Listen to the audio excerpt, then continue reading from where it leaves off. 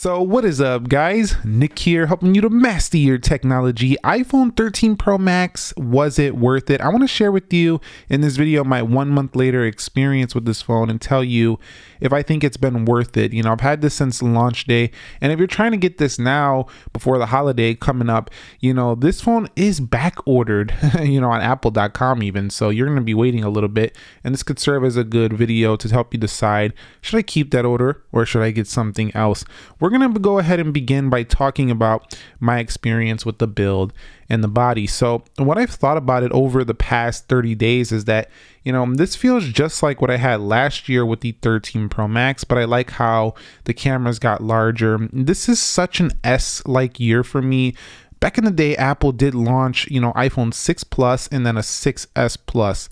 This is kind of what I'm feeling here with this device, just because it looks so similar to the iPhone 12 Pro Max, but then they went ahead and added something just a little bit better in the cameras and a little bit more weight. The iPhone 6 Plus was lighter than the iPhone 6S Plus, so that's something I got to mention. Also, the notch got a little bit different. We'll talk more about that in a minute, but the overall body, it still feels substantial. This is not a knock on Apple.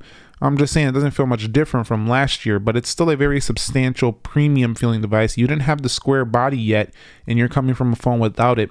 I love it. It just feels very nice. All right, so allow me to discuss my thoughts on display here. And the thing I'm noticing the most versus other competitors is that the iPhone 13 Pro Max is just so much brighter. And I know a lot of people are going to say, are you talking about the Pixel 6 Pro? That phone is included, but it's not just that phone. It's pretty much all other competitors. Samsung is pretty close here, though. I think the S21 Ultra feels quite similar. You know, Samsung does make this display, but just the level of brightness that's sustainable on here is crazy on the iPhone 13 Pro Max. Not a lot of phones get this bright. As a matter of fact, it's too bright. Sometimes I don't even get to the max brightness because it'll just hurt my eyes, especially if you're indoors. Now, if you're outdoors, you definitely want to crank it up, but this is one of the brightest phones on the market, especially for the usable brightnesses, which is what you'll see the most of the time. It's not the brightest phone in sunlight, though. S21 Ultra still beats this thing out, but other than Samsung devices, like their premier devices, the brightness is hard to beat on this phone. The next thing is just how smooth with iOS and the 120 Hz Pro Motion has been. It's incredible. It really is something to hold to. You have to see in your eyes. Like, you just can't talk about this and see it on camera only. It's something that once you see, it's going to be hard to go back, and many people will agree with that. However, I don't think if you ever look at it, you won't care. So just don't look at it if you don't plan on getting this, because once you see it, you're going to want that smooth factor of this phone. It really has been phenomenal. Just the overall inputs, there's no input lag, nothing like that, and just how it looks. Also, the text remains sharp. And I've kind of forgotten about the notch, even though it looks a little bit different. I kind of don't even look at it here on the Max. The Max is a big phone, so my eyes don't really go there much. And then if I am reading, you know, a lot of the text doesn't even cut into the notch anymore. In addition to that, if you go into dark mode, it kind of hides out of the way anyway if you're in dark mode quite a bit. I gotta say, this overall phone just feels pretty fantastic when it comes to the display. And the only thing that I will say that needs to still go is that notch. Eventually, if they can get that thing out of there, it's going to be an all-screen beauty for the iPhone. But for now, you're still getting a premier top-tier display that is really hard to beat, honestly, for slab-style smartphones.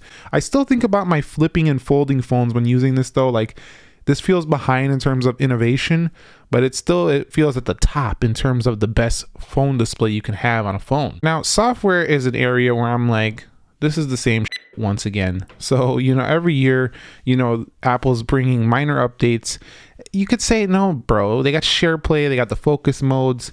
It doesn't matter. These are feature add-ons. These are not major overhauls to the iOS system. The average person would use this phone and be like, yep, feels like iOS 14, feels like last year. The software does have a lot of features. I mean, 150 plus new features. You see videos like this on YouTube all the time about all these little features, but the average person is just going to open this up, open their apps, go to the app library, and they're going to be like, what's different? Really, bro, what's different? And I mean, that's why those videos exist. But at the same time, you know, the average person, the consumer is going to be like, hey, man, this feels like the same phone. So software, not really super impressed, because you can get this on other phones, and you know, iPhone, you don't need to buy this iPhone to get this software. So Nothing impressive about the software other than the fact that you're tacking on another year every time you buy an iPhone to the longevity factor of owning it. And that's what's great. You know, A15 will of course get an extra year of software updates over something like the A14 or the A13, but that's still several years down the line. Now, when it comes to performance, was it worth it for me? And I gotta say no, because my 13 Pro Max is not any faster feeling in the day-to-day actual real world use that I do on my phones than any other flagship phone on the market. But where it was worth it was the 120 hertz. That's where it feels faster, is the faster display. The rest of it, you know, I can barely tell. I'm not even thinking about it because I haven't had an issue with iPhone performance all the way back since the iPhone 7 Plus. I'm not even kidding with you. You know, day-to-day usage has been great on iPhones for a while, so I just feel like having that chip is just kind of a bragging point, honestly, for your phone. I have the latest chip.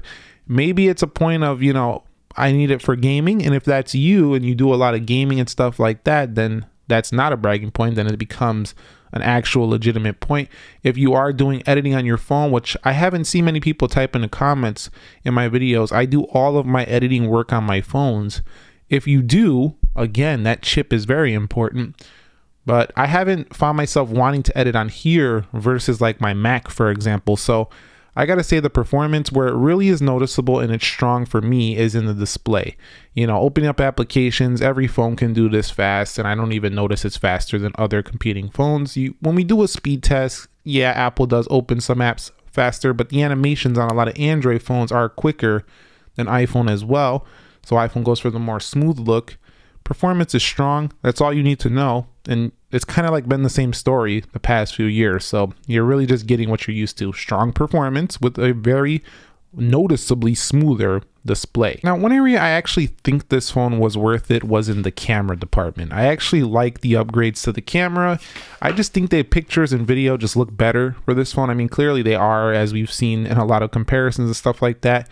But one of the most, important features that I have liked has been the macro mode. I really enjoy bringing the camera close to items and not having a blur. This is one of my favorite things about the entire, 13 Pro series is the ability to come in macro. I love this feature, love it. It's just something that's so noticeable over prior editions. Night mode has gotten a little bit better with the, bigger aperture lenses in here. And the video gets even better as well. It's just slightly better overall quality. It's not going to be too noticeable, but I've even had somebody with a 12 Pro Max tell me, why does your video look better? They were shooting with their 12 Pro Max and they told me, why does your video look better? And it's because, it has bigger lenses here. We have cinematic video as well. This is also great, but I feel like this is one of those kind of gimmicky features that most people aren't going to use. It's not gimmicky in the sense that it's not useful.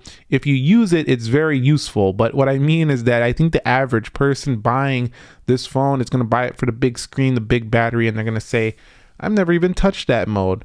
I know people already have had the iPhone 13 for over a month and they haven't even touched cinematic mode. So if you're a pro, you'll want it. If you're not, you're probably not going to touch it. But I highly doubt everybody buying this phone, especially considering they're back ordered, is pros.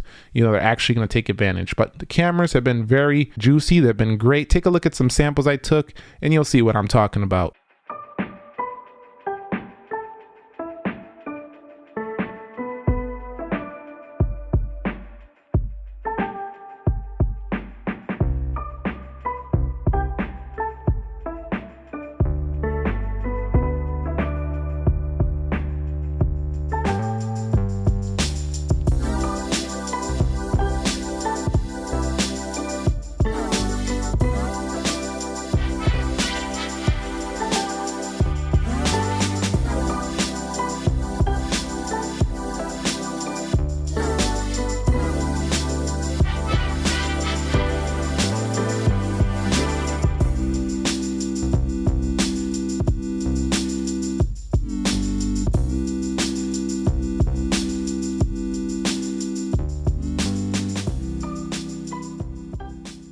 Okay, now the front-facing camera is good. It's actually pretty excellent by comparison to a lot of competitors, once again, at 12 megapixel 4K 60. However, I think it's time for Apple to make an upgrade here. They find everything they can upgrade and they missed out on this one because your cameras are so good on the back, but oftentimes we have to go ahead and use the phone like this to get the best quality video. So I would like to see Apple put something like a more premium camera on the front even over this, because then we won't have to rely on our back cameras so much. You can use the back cameras in something like the Z Fold 3 because you can flip the screen. But if Apple can find a way without making a folding phone, if they don't want to make a folding phone to put a higher end camera, then it will compete a little bit better there. Also, the cinematic video does work on the front, which I do like. Overall, you're getting a very solid front facing camera, regardless of the fact that a lot of places are saying that it's not that great. It actually is very good. It's better than any phone I've used on the front facing camera, so I'm pretty happy with that too. And then 30 days later, was it worth it for battery? And absolutely, we all know from everything you've been reading that this is the best battery life on an iPhone to date. It's even beating out most of the Android phones, and that's not even with low power mode on, where it puts it back in 60 hertz and you start to see a little bit more of a choppy display. But I gotta say, man, the battery life, incredibly impressive. It also charges relatively quickly, up to 27 watts, so I'm not too upset there either. The battery life on this, let's put it this way, heavy use, you're making it through a full day without even thinking twice about it. If you're going to do medium use, you're going to make it a day and a half. And if you're doing light use, and what I mean light use is you put the phone in your pocket, you pull it out for a couple messages here and there, you put it back in your pocket, you're working several hours, you open it again for maybe some maps or something, or some social media, a couple pictures, whatever, you put it back in your pocket. If you use it like that off and on throughout the day, this phone will go 2 days easily. If you're on it constantly, social media for hours, you're on YouTube for hours, you're going to kill this thing in 1 day, but it's going to make it that whole day, kind of like an iPad can. So very strong battery life. I'm talking like 8 hours screen time, 9 hours. Some people are going to say they get more. That's around what I get. It's very, very impressive. 30 days later, was it worth it for phone call quality, 5G performance? Yeah, if you had something like the 11 Pro Max and the 10s Max and like the 8 Plus, stuff like that, that Intel in it, yes, it's worth it from there. Not really noticeably different from the 12 Pro Max. They have Lightning port. I would like to see USB-C become universal standard. It's on the iPad, it's on the Mac. Let's see it on the iPhone. I'm waiting for that still, Apple. I know that's going to make a lot of iPhone users mad because they have to change their cables, but if you have a Mac or you have an iPad, you likely already have a USB-C port or a cord, so you probably be fine there. Now, I want to just give my overall final impression here, and I got to tell you that while I love everything that was improved in here, the problem with this phone is really that it looks so similar to last year, and that a lot of people, don't really buy things until it's like a huge change, like when the iPhone 10 came out, for example. However, that doesn't seem to stop the Apple loyalists. As you can see, there are back ordered. Now, that could be just because of the chip shortage, but I think after about 6 months or so, there's going to be plentiful supply and people are going to be waiting for Apple to do a major change to the phone. This year wasn't, to me, a major change. It was a major internal change. And when I mean major changes, I'm talking about an aesthetic look. The outside of the phone is what needs to change for, to be a super cycle again. So this is not one of those super cycle years. This is a refinement on what you already love. And if you love refinements, if you love the better version of something that already came out before, and you usually wait for that better version, this is it. This is for you. If you're like, I'll wait till the next one, they're just going to make the 12 Pro Max better, and you waited, this is going to be perfect. I love this phone. Yes, it was worth it for me. But if you're not a techie, you have a 12 Pro Max, you have an 11 Pro Max, I think you could make it till next year. Absolutely no problem. If you want all the tech upgrades, you love tech, and you just need to have the latest and greatest, you'll be happy. But your iPhone likely still works very well. Let me know your thoughts on the iPhone 13 Pro Max. I will conclude it by saying that I would like to see Apple do something drastically different on the next phone or the phone after that, because to pay for another, rectangular phone with just minor upgrades will be annoying. So I would like to see a major change, at least to the display, maybe no notch, something like that that's just like drastic. That would be very cool to see next. I'll catch you all in the next episode. Nick here, helping you to master your technology. Be sure to be well. Thank you very much for watching, and peace.